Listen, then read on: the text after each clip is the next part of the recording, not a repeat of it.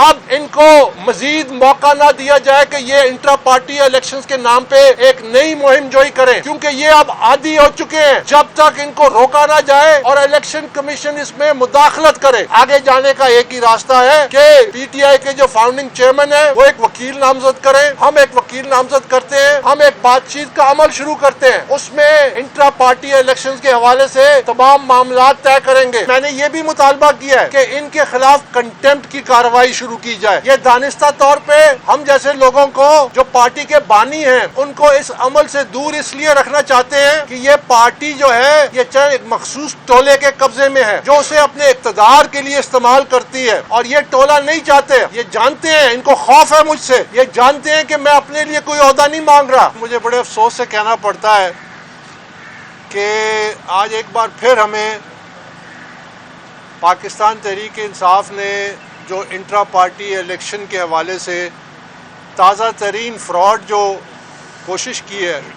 اس کو ناکام بنانے کے لیے ہم حاضر ہوئے ہیں۔ ہماری خواہش تھی کہ اب انہوں نے کوئی سبق سیکھا ہوگا اور ماضی کی غلطیوں کو نہیں دہرائیں گے، اور جو پاکستان تحریک انصاف کے ورکرز ہیں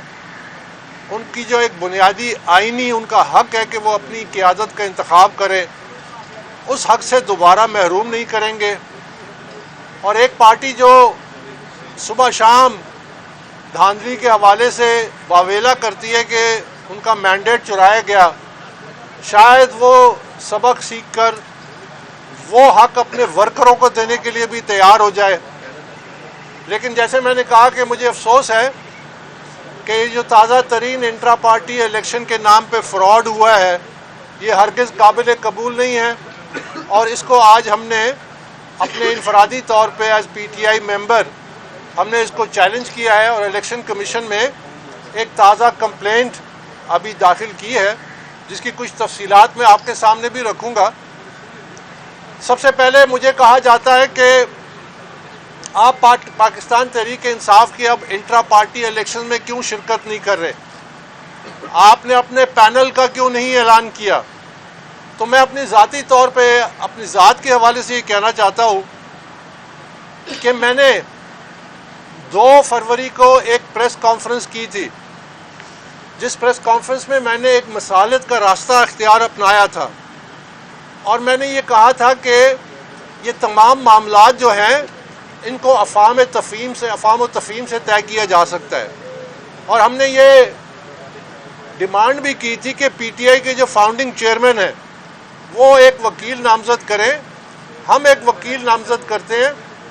جو کہ ایک آگے کا راستہ طے کرنے کے لیے جو معاملات ہیں اس کے حوالے سے ٹرمز آف ریفرنس بنائیں، اور پھر دونوں طرف سے، کیونکہ ہم نے بھی 25 جنوری کو ایک کانفرنس کی تھی جس میں پی ٹی آئی کے فاؤنڈنگ ممبرز بھی تھے، میرے علاوہ اور بھی فاؤنڈنگ ممبرز تھے، سعید اللہ خان نیازی پی ٹی آئی کے فاؤنڈنگ پنجاب کے پریزیڈنٹ بھی تھے جو کہ فاؤنڈنگ چیئرمین کے فرسٹ کزن بھی ہیں، اس کے علاوہ سابق سینئر عہدیدار بھی تھے، ڈسٹرکٹ پریزیڈنٹ بھی تھے سابقہ۔ تو ہم سب نے ایک قرارداد بھی پاس کی تھی کہ اب یہ جو کالعدم قیادت ہے اس کے تحت جو مزید یہ انٹرا پارٹی الیکشنز کریں گے یہ ہرگز قابل قبول نہیں ہوگا، کیونکہ یہ بارہا یہ فراڈ کر چکے ہیں۔ تو میں نے 2 فروری کو یہ ایک پیشکش کی تھی،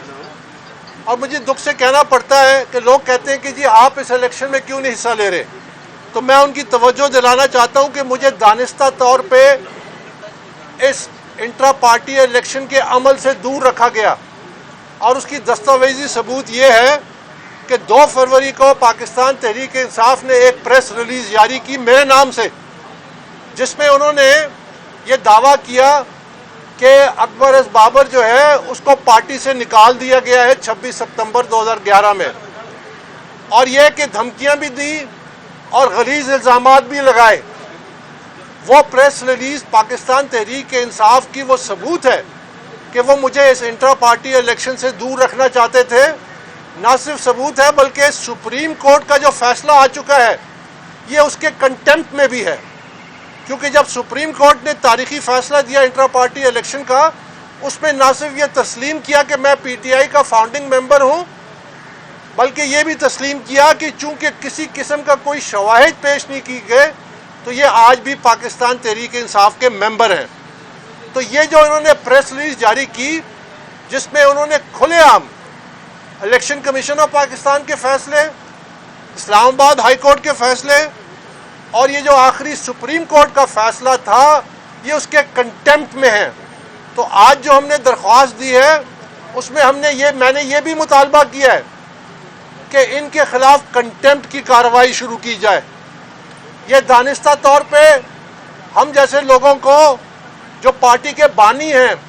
ان کو اس عمل سے دور اس لیے رکھنا چاہتے ہیں کہ یہ پارٹی جو ہے یہ چند ایک مخصوص ٹولے کے قبضے میں ہے جو اسے اپنے اقتدار کے لیے استعمال کرتی ہے. اور یہ ٹولہ نہیں چاہتے، یہ جانتے ہیں، ان کو خوف ہے مجھ سے، یہ جانتے ہیں کہ میں اپنے لیے کوئی عہدہ نہیں مانگ رہا. اگر یہ بات مان جائیں اور یہ سمجھ جائیں کہ آگے کا راستہ کیا ہے جس میں آئین اور قانون کے مطابق پارٹی کو دوبارہ منظم کیا جائے تو یہ پارٹی ان ٹولوں سے آزاد ہوگی. یہ پارٹی دوبارہ اپنے ورکروں کے ہاتھ میں جائے گی. یہ دوبارہ پارٹی اپنے ورکروں کی جو منتخب قیادت ہے ان کے ہاتھ میں جائے گی. اور جس طرح کہ یہ ان کے اقتدار کی جو خواہشات ہیں اس پہ پانی پھر جائے گا. یہ یاد رکھیے کہ اس وقت جو نام نہاد قیادت ہے پاکستان تحریک انصاف کی، ان میں ایسے بھی لوگ ہیں جو صبح اٹھتے ہیں ناشتے پہ تو ایک جماعت میں ہوتے ہیں، دوپہر کے کھانے میں دوسری جماعت میں ہوتے ہیں، رات کے کھانے میں یہ تیسری جماعت میں ہوتے ہیں، اور سونے سے پہلے دعا کرتے ہیں کہ یا اللہ مجھے کوئی ایسی جماعت دے دے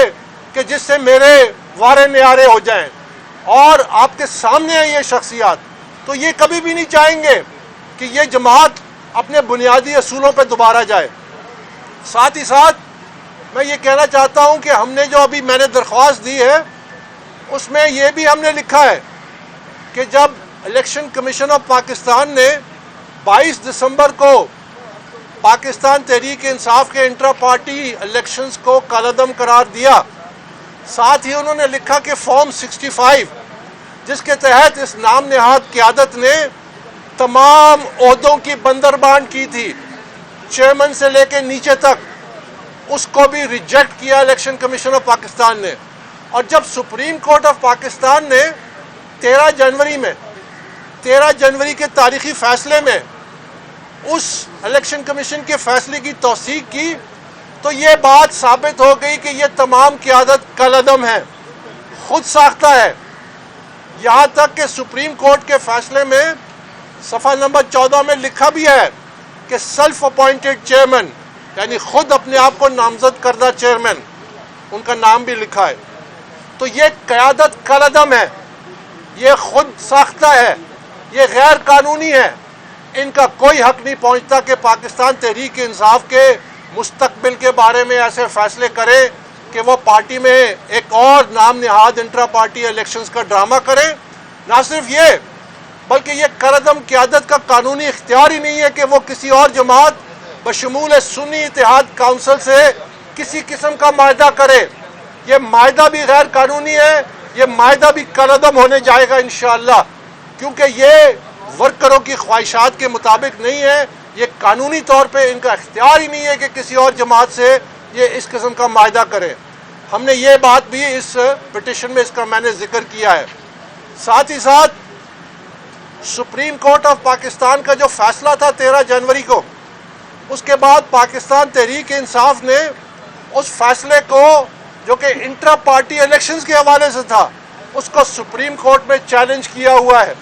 ہمیں اس کے نوٹسز بھی موصول ہو چکے ہیں. تو یہ معاملہ انٹرا پارٹی کا سب جوڈس ہے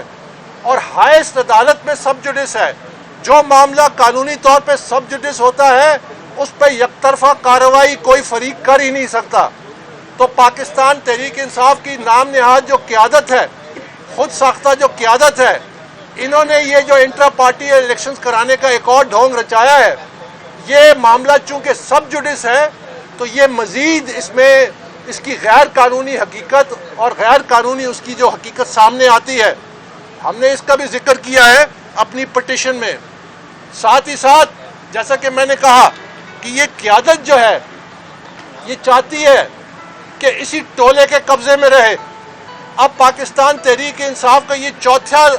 انٹرا پارٹی الیکشن کرانے کا دعویٰ ہے. یہ کیا وجہ ہے کہ وہی قیادت بار بار دوبارہ نمودار ہو جاتی ہے اور بلا مقابلہ منتخب ہو جاتی ہے؟ اور سوائے بلوچستان کے تمام جو قیادت ہے وہ بلا مقابلہ، اور وہی قیادت جو پچھلی دفعہ بھی جس کو سامنے لایا گیا تھا، اس سے پچھلی دفعہ بھی سامنے لایا گیا تھا۔ یہ الیکشن کے نام پہ ایک اور ڈھونگ ہے۔ آپ اس سے اندازہ لگائیے کہ ایک جماعت جو انٹرا پارٹی الیکشنز میں دعویٰ کرتی ہے اور سپریم کورٹ میں انہوں نے لکھ کے دیا کہ ہمارے تقریباً 8.5 لاکھ ممبران ہیں، 8.5 لاکھ ممبران میں سے کل 940 ممبران نے ووٹ دیا، یعنی 0.11% پارٹی کے ممبران نے الیکشن میں حصہ دیا۔ تو یہ تو میں سمجھتا ہوں کہ حسنی مبارک اور عیدی امین جیسے جو ڈیسپوٹس تھے، اس قسم کا ناٹک شاید وہ بھی کبھی نہ رچاتے۔ وہ بھی کم از کم انہوں نے اس دفعہ یہ کوشش کی کہ اس میں جمہوریت کا ٹچ دیں، جیسے کہ یہ اور معاملات میں ٹچ دیتے ہیں، کہ ڈیموکریسی کا ٹچ دینے کے لیے 940 ممبران 8.5 لاکھ میں سے ان کو موقع دیا کہ وہ ووٹ ڈال سکے۔ تو آپ اندازہ لگائیے کہ کتنا بڑا یہ دھوکہ ہوا ہے، اور اس دھوکے کو ہم کسی صورت قبول نہیں کریں گے۔ لیکن اس دفعہ ہم نے مطالبہ کیا ہے کہ الیکشن کمیشن آف پاکستان جو لوگ جو پی ٹی آئی کے ممبران تھے اور جنہوں نے سائنڈ ایفیڈیوٹس الیکشن کمیشن میں جمع کرائے ہیں کہ وہ سنی اتحاد کونسل میں شمولیت اختیار کر چکے ہیں،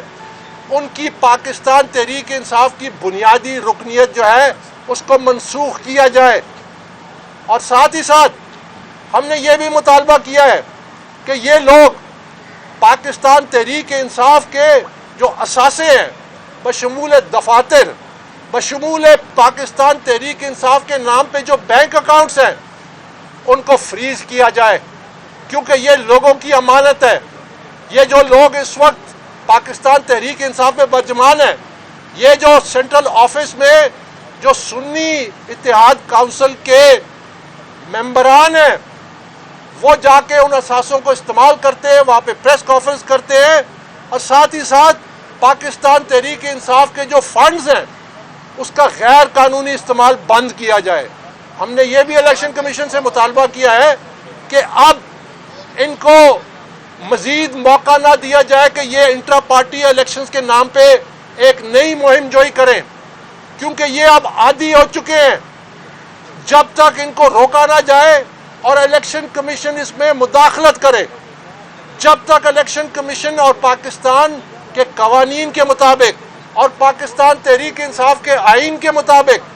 نئے انٹرا پارٹی الیکشن نہیں ہوتے، جب تک ان کو ریسٹرین کیا جائے، ان کو روکا جائے کہ یہ مزید ایسی حرکت نہ کرے۔ اور ہم نے پہلی دفعہ الیکشن کمیشن کے سامنے یہ لکھ کے دیا ہے،